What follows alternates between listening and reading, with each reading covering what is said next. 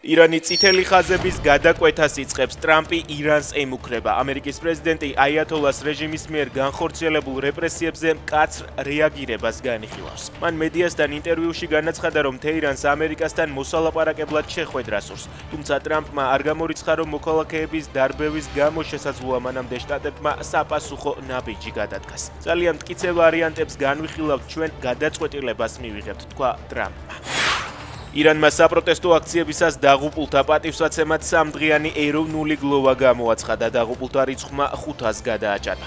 მონაცემებს საერთაშორისო მედია უფლებადამცველ ორგანიზაციებზე დაყრდნობით ავრცელებს, თუმცა რამდენი ადამიანი ემსხვერპლა რეჟიმის მიერ დემონსტრაციების დარბევას, ოფიციალური რიცხვი უცნობია. ირანული მედია წერს, რომ მსხვერპლთა რაოდენობა ბევრად მეტია. ირანში ინტერნეტი ისევ გათიშულია ტრამპის თქმით, ამ საკითხზე ილონ მასკს დაელაპარაკება.